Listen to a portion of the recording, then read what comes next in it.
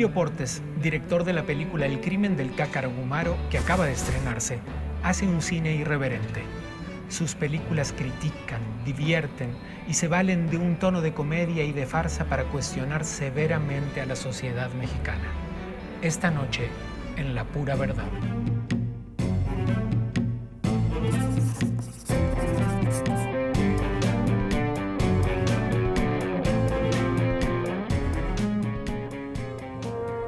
¿Es verdad que dijiste que en la película no hay uno solo bueno, que están todos contra todos?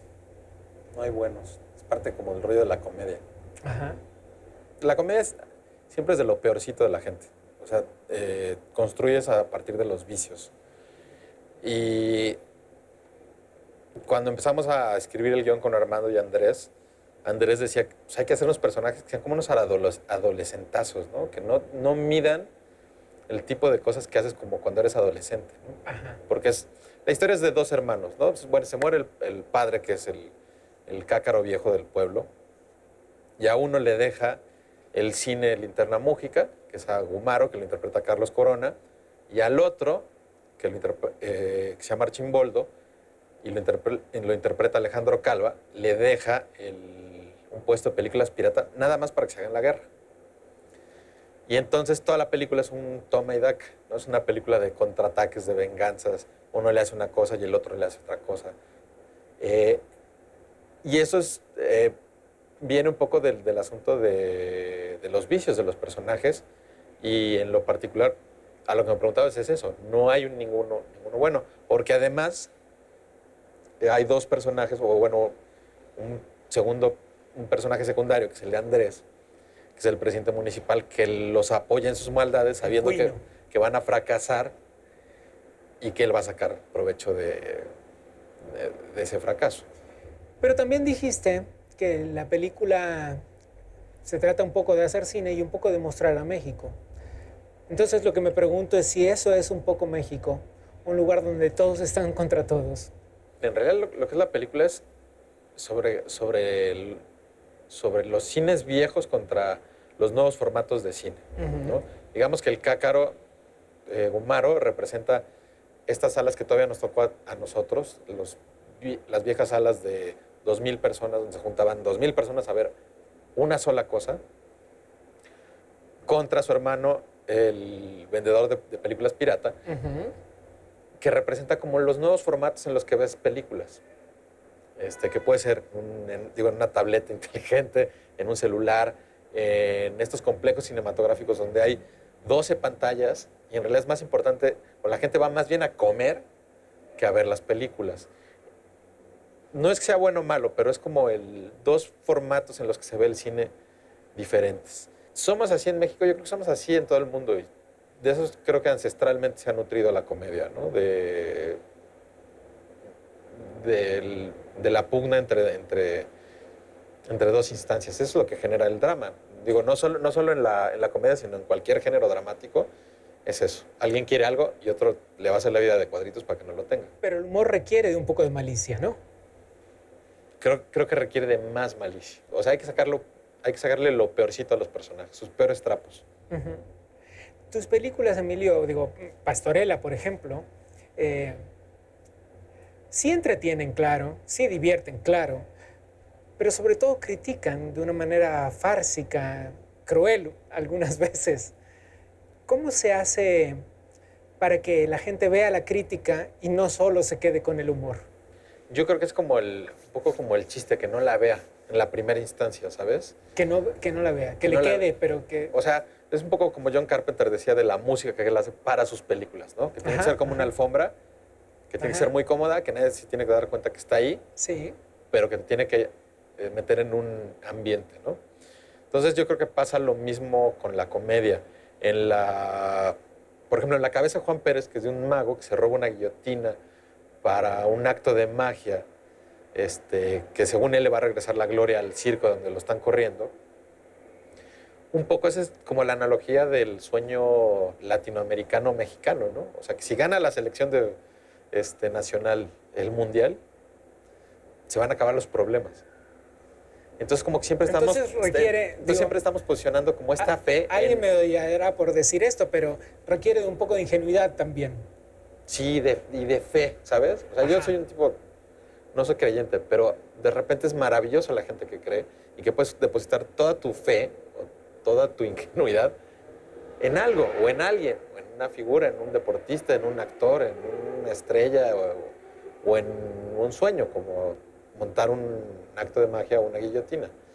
Entonces, sí hay un poco de crítica de eso y ese pretexto ayuda a sacar lo peor de los personajes. En el caso de Pastorela, pues es una película de judiciales contra exorcistas y de alguna manera, tomando el pretexto de la pastorela, como las mismas pastorelas lo hacen, para criticar lo que no es criticable, pues termina siendo eso, haciendo una crítica a los guardianes de la fe y a los guardianes del orden público. Entonces, creo que la comedia siempre tiene eso, o sea, no hay manera de ser políticamente correcto con la comedia, siempre estás haciendo mofa de algo. Entonces, de algo o de alguien. De algo o de alguien. Algunas veces del dolor de alguien. Dicen que la comedia es la tragedia vista en otro cabrón, ¿no?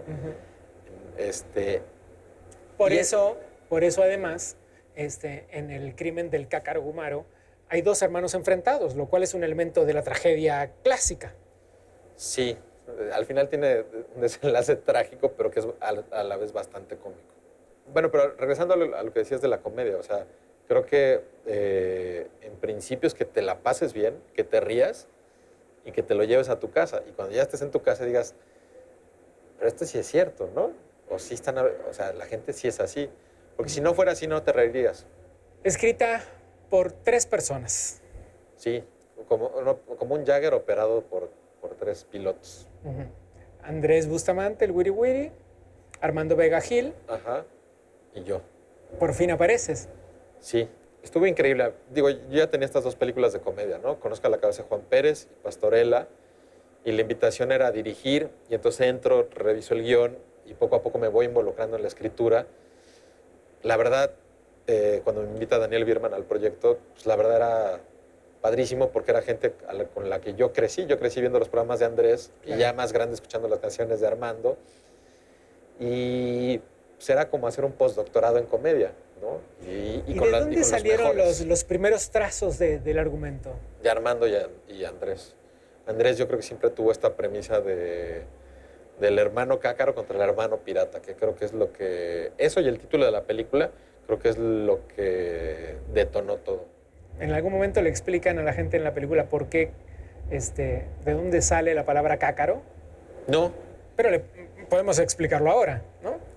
Pues mira, la leyenda común es que uno de los primeros proyeccionistas de cine aquí en México... En Guadalajara específicamente. No, pues no se sabe, hay versiones encontradas. Unos dicen que era aquí, otros dicen que es en Guadalajara, pero todos coinciden que era cácaro. Que era cacarizo. Exacto. Y que era muy briago. Entonces cuando se quedaba... Porque era la época ya por el 1910 o algo por el estilo, que había que darle una manivela para que la película corriera. Claro, pero varía la ¿cómo se llama? La versión, porque unos dicen que era con la manivela, pero tampoco hace tanto, tiene más sentido que fuera ya con los proyectores de Edison que ya eran motorizados. Ajá. Porque entonces de esa manera el cácaro se podía poner hasta las chanclas y entonces la película se quemaba y se paraba la función. La anécdota dice que el dueño del cine gritaba cácaro. No, el dueño no, todo el público le gritaba cácaro, deja la botella y de ahí el nombre de cácaro a los proyeccionistas. Me pregunto hasta dónde esta gran aparición de cameos que hay muchísimos cameos en la película. No solo hay un elenco de grandes nombres, sino que además hay muchos cameos. ¿Hasta dónde todos esos cameos sirven a la historia o son una herramienta válida de marketing? No, para nada. O sea, una de las primeras, o sea, además Para nada. No puedes haber hecho una película sin pensar en el marketing, ¿o sí? Sí. ¿Así? O sea, empezamos con el guión y nosotros tratamos de hacer el mejor guión posible, aunque parezca que es una jalada y que es muy marihuano y que y es tan lúdico que puede parecer algo gratuito, no lo es. Todo está perfectamente craneado, puede gustar o puede no gustar, Pero una de las cosas con las que arranca el proyecto era hacer una película de parodias mexicanas. Ok.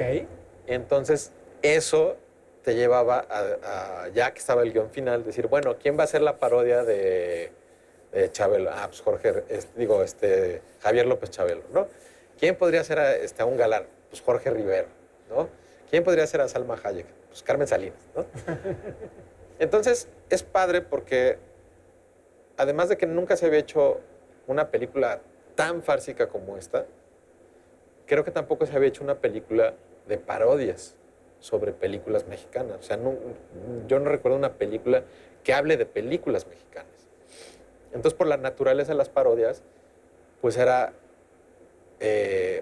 obvio que íbamos a invitar a gente como Kate del Castillo a que saliera autoparodiándose. Y funcionó. Pues sí funciona porque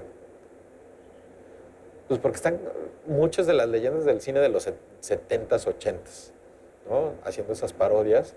Y por otro lado, en la historia de la película, pues aparecen de los mejores actores que hay en el cine actual, ¿no? Como Mónica Huarte, Ernesto Yáñez, José Sefami, Carlos Corona, Calva, y también incluso hay leyendas vivientes de la comedia como Eduardo Manzano, que es el Polibos. El Polibos, que interpreta al cácaro que se muere, al padre de estos hermanos tontos, que son los que se desatan, que se hacen la guerra.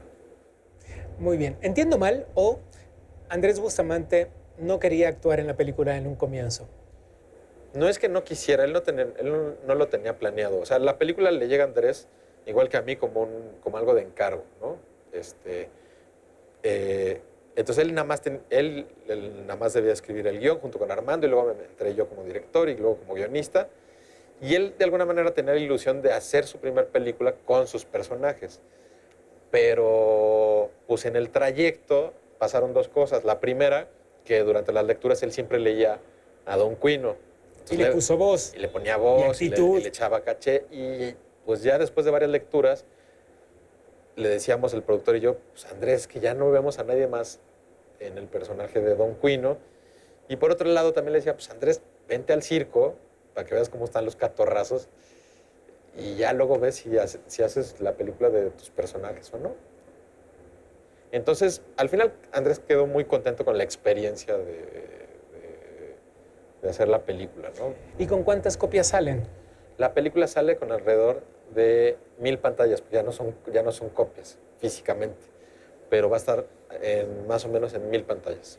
1000 pantallas que la gente ya puede ver, digamos. Pero ¿cómo es esto de que ya no son copias físicas? Pues lo que pasa es que antes eran, desde hace un año para acá, comenzó la transición del cine viejo, que era el celuloide, bueno, la película de acetato, que ya no se proyecta en eso, sino ahora lo que haces es que llevas un disco duro con la película digital, la metes en el servidor del cine y el cine puede decidir en cuántas pantallas se pasa la película. ¿Y de esta manera se previene de alguna forma la piratería? Sí, porque lo que sí mandan vía satélite son las llaves, que dice solo va a pasar en la de las 4:30, a las de las 7, a las de las 9 de tal sala, ¿sabes? O sea, no es como que pongas tu DVD en la que se te antoje a la hora que se te antoje. O sea, se tiene que abrir para pasarse en donde está previsto que va a pasar. Muy bien, 1000 pantallas donde la gente puede ver el crimen del cácaro Gumaro. Sí. Ya, pues por el éxito que ya tienen. Pues, gracias.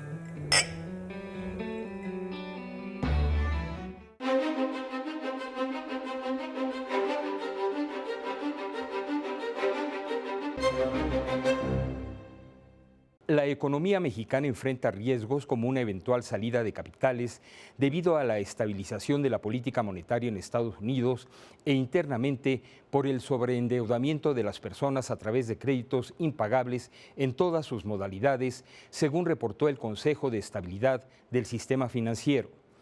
La advertencia fue hecha por las autoridades en un momento en que la cartera vencida en los préstamos que otorga la banca para el consumo de personas y familias, tarjetas de crédito, préstamos de nómina y personales, se situó en 34.095 millones de pesos en enero pasado, el monto más alto en 4 años y medio, de acuerdo con datos del Banco de México. durante la 15ª sesión ordinaria del Consejo de Estabilidad del Sistema Financiero, una instancia en la que participan las principales autoridades del sector y que fue formado después de la recesión de 2009, los miembros del Consejo concluyeron que, hacia adelante, uno de los principales riesgos para la economía nacional y su sistema financiero se deriva del proceso de normalización de la política monetaria por parte de la Reserva Federal estadounidense, iniciado en enero de 2014.